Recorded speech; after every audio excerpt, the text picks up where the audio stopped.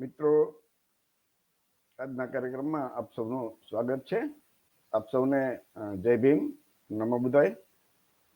આજનો જે આપણે વિષય છે ને, કે તમને સૌને ખ્યાલ હશે કે ધનતેરસ અને દિવાળીના દિવસે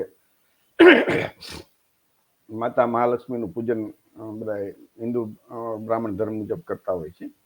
તો એ ખરેખર મહાલક્ષ્મી છે ને, એ તમે જુઓ ને તો એ માતા મહાલક્ષ્મી છે, એ માતા મહામાયાદેવી જે છે, ગૌતમ બુદ્ધને જે જન્મ આપનાર કોળી વંશના માતા મહામાયા, એમને જ બેઠા બેઠા તમે જુઓ ને તો એના ઉપરથી મહાલક્ષ્મી માતા બનાવ્યા હોય.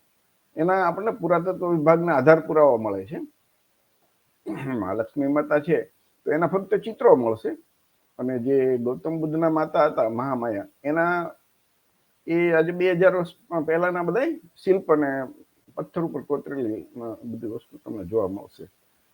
તો અમુક વસ્તુ લખેલી ન હોય પણ એ આપણે સમજવી પડશે.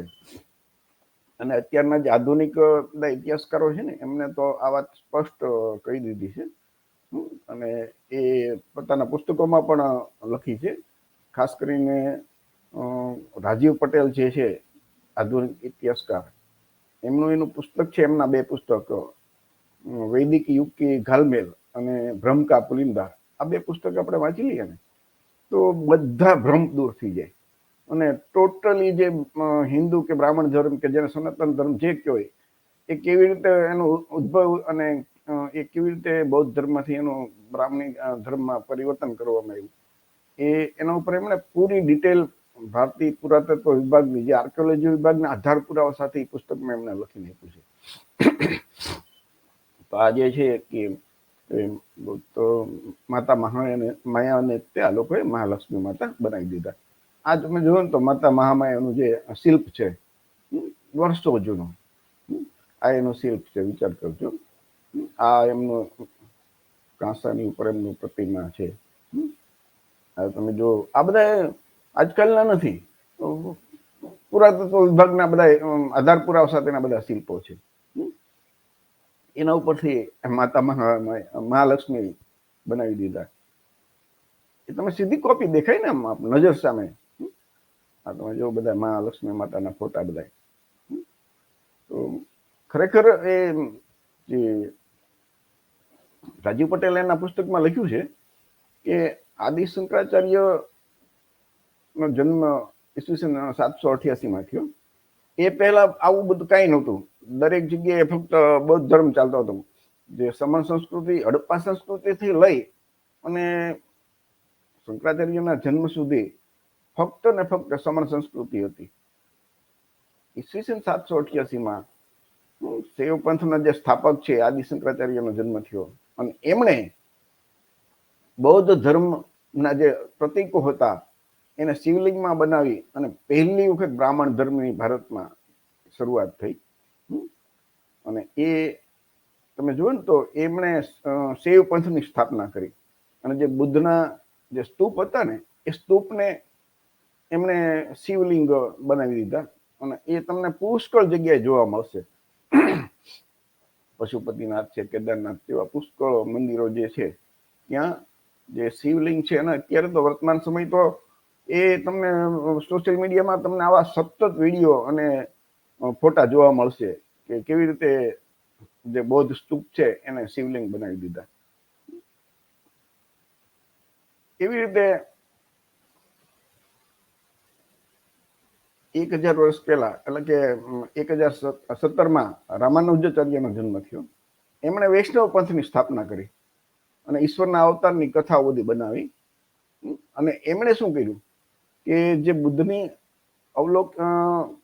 અવલોકિતેશ્વર બોધિસત્વની જે મૂર્તિઓ હતી ને, જે મહાયાન પંથની, એમને સીધા એમણે વિષ્ણુના અવતાર જાહેર કરી દીધા.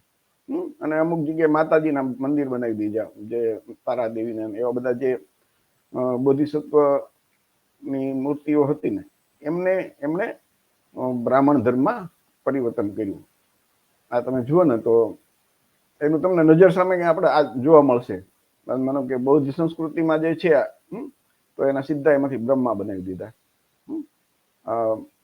કૃષ્ણ દમન છે, તો એ કેવી રીતે એ બૌદ્ધ મૂર્તિ ઉપરથી એનો ફોટો, આ બધા ફોટા મળશે તમને બ્રહ્માનો ને આ બધા બૌદ્ધ સંસ્કૃતિના બધા આર્કિયોલોજી વિભાગના પુરાવા મળશે. રામાનુજાચાર્ય. તો આ બૌદ્ધ ધર્મ ભારતમાં ક્યારેય ખતમ નથી થયો, પણ બૌદ્ધ ધર્મનું બ્રાહ્મણી ધર્મમાં કે બ્રાહ્મણ ધર્મમાં પરિવર્તન કરવામાં આવ્યું છે. શરૂઆતથી શંકરાચાર્યથી, ત્યારબાદ રામાનુજાચાર્ય, ત્યારબાદ તો પછી માધવાચાર્ય આવે છે, પછી તો ઘણા લોકો એવી રીતે આગળ વધતા ગયા. પણ આ શરૂઆત થઈ આવી રીતે. જે આપણે કીધું ને કે માતા મહાલક્ષ્મી છે, એ માતા મહામાયા દેવી છે. બુદ્ધના જે જન્મ કોળી વંશના જે રાજા અંજનના દીકરી મહામાયા, એમનું ઉપરથી એ સીધી મહાલક્ષ્મી માતા બનાવી દીધા. તમે જો આ પુસ્તક છે ને, બે પુસ્તકો તમને એમેઝોન ઉપર મળશે તમને, ધર્મકાપુલિદા અને વૈદિક ઘાલમેલ. આ બંને પુસ્તકો તમે વાંચશો ને એટલે ભારતનો આખો ટોટલી ઇતિહાસ બદલાઈ જશે અને સાચો ઇતિહાસ તમને એમાં જાણવા મળશે. તો આ પુસ્તકો મગાવી લેવા.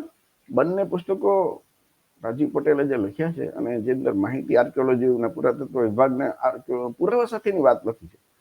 ટોટલી જે ભારતનો ઇતિહાસ બદલાઈ જશે. જે એનસીઆરટી પણ અત્યારે ભણાવે છે ને, એ પણ બધું બદલાઈ જશે. અને આ તમને જોવું છે ને, તો અત્યારે જે આવા સોશિયલ મીડિયા પર તમને પુષ્કળ પુરાવા મળશે કે કેવી રીતે મહામાયા ને મહાલક્ષ્મી બનાવી દીધા. એ આપણે બીજા એના ઘણા પુરાવા મળે છે કે ફક્ત આ નહીં, બીજા બધા ઘણા બધા કર્યા છે. તો એ બની શકે કે ભાઈ મહામાયા ને મહાલક્ષ્મી બનાવી દીધા. આ તમને બધાને પુરાવા મળશે કે અર્જુન જે ઉપદેશ આપે છે બૌદ્ધ મુક્તિ ઉપરથી. આ તમે જુઓ, રામ હનુમાનની કોપી કેવી રીતે કરી બૌદ્ધ સત્વની મુક્તિ ઉપરથી. કૃષ્ણ દમનનું તમે જુઓ તો નાગ દમન છે કૃષ્ણની, કૃષ્ણ દ્વારા એ બૌદ્ધ મૂર્તિ ઉપરથી કેવી રીતે બનાવ્યું. ગૌતમ બુદ્ધની જે મુદ્રા છે આ, એના ઉપરથી વિષ્ણુ ભગવાનની કોપી કરી. વાંસળી ઉગાડતા ગૌતમ બુદ્ધ, એના ઉપરથી કૃષ્ણ.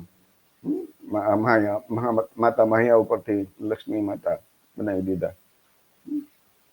ગૌતમ બુદ્ધની મૂર્તિ છે ને, એને ચુંદડીને એવું પહેરાવીને કેટલી જગ્યાએ એક દેવી તરીકે એની પૂજા રચના કરીને આ લોકોએ ધંધો શરૂ કરી દીધો. વિચાર તો કરો, જે મનુવાદીઓ છે ને એમને. અને આપણા તો બૌદ્ધ ભગવાનની મૂર્તિ અને આપણા લોકો પાસેથી એ પૈસા ધર્મના, બ્રાહ્મણ ધર્મના નામે લૂંટવાનું આખું એક નવું કેવું કાવતરું, ષડયંત્ર જેવા કહેવાય. હવે તમે જોયું તો ચુંદડી ને બધું કાઢી નાખો તો ભગવાન બુદ્ધની મૂર્તિ નીકળશે અંદરથી. હવે અત્યારે તો સતત તમને જુઓ આ કેવી રીતે શંકર પાર્વતીની મૂર્તિ કેવી રીતે કોપી કરી. કોપી મારી તમારે નજર સામે આખો સ્ક્રીન, ફૂલ સ્ક્રીન ઉપર તમે જો મોબાઈલમાં આડો રાખશો ને વિડીયોમાં જ્યારે, તો તમને આ બધું દેખાશે કેવી રીતે છે, કેટલી કોપી કઈ હદ સુધી કરી. વિચાર તો કરો. આજે તો ભગવાન બુદ્ધ ઉપરથી શંકર ભગવાનની આવું કોપી કરી. એ લોકોએ નકલ કરી ને ટોટલી કોપી, પણ એમાં ક્યાંય અકલનો તો ઉપયોગ કર્યો જ નથી. જે હતું ને એમના બેઠા બેઠું કરી નાખ્યું, ઉપાડી લીધું. મહિષાસુર વધ કેવી રીતે તમે જુઓ તમે. તો ઇતિહાસકારો કહે છે કે ભાઈ જે રામાયણ અને મહાભારત છે ને, એ બૌદ્ધની જાતક કથાઓ પરથી જ લખાણી છે. દશરથ જાતક કથા ઉપરથી રામાયણ બની. ટોટલી પાત્રો એમાંથી લઈ લીધા, સ્ટોરી થોડીક બદલાવી નાખી. મહાભારતની કેટલી બધી જાતક કથાઓ ભેગી કરીને એ લોકોએ મહાભારત બનાવ્યું. તો આ વસ્તુ આપણે સમજવાનું છે. તો મિત્રો, આજની લાઈવ કાર્યક્રમનો હેતુ એક જ હતો કે દિવાળીમાં જે બધા મહાલક્ષ્મી માતાની પૂજા કરતા હોય ને, એ ખરેખર મહાલક્ષ્મી માતા કોણ છે? તો એ તો ગૌતમ બુદ્ધની માતા મહામાયા, જે જેને જન્મ આપ્યો હતો એ છે. અને આપ સૌને ખબર હશે કે એ માતા મહામાયા છે ને, એને જન્મ આપ્યા પછી એનું અઠવાડિયા સુધી જીવતા રહ્યા, પછી તો એનું દેહાંત થઈ ગયું, એનું અવસાન થયું. અને એનો ઉછેર તો કર્યો એમના જે માસી છે પ્રજાપતિ ગૌતમી, એમને કર્યો. એટલે આ લાંબી કોઈ વાત કરવાની નહોતી, પણ આજના આજે દિવાળીનો પ્રસંગ છે, તો દિવાળીમાં ધનતેરસમાં બધા મહાલક્ષ્મી માતાની પૂજા કરતા હોય ને, ધન અને દોલતના માતાજી, તો આ તમે વિચારજો કે ખરેખર એ શું છે અને કેવી રીતે છે. આપણા મહામાનવ જેને ડોક્ટર બાબા સાહેબ આંબેડકરે 1956માં 14 ઓક્ટોબરે કીધું કે ભાઈ આપણે એ લોકોનો જ્યાં સુધી બૌદ્ધ ધર્મના માર્ગ ઉપર નહીં ચાલીએ ત્યાં સુધી આપણો ઉદ્ધાર નહીં થાય. તો એ બાબા સાહેબનો ભારતના સૌથી વિદ્વાન વ્યક્તિ છે, એમણે આપણને આદેશ આપ્યો છે. અને એ તમે જોવો ને તો બૌદ્ધ ધર્મની અંદર માનવતા છે, સમાનતા છે, કોઈ ઊંચ નીચ નથી, જાતિ ભેદ નથી, બધા એક સમાન.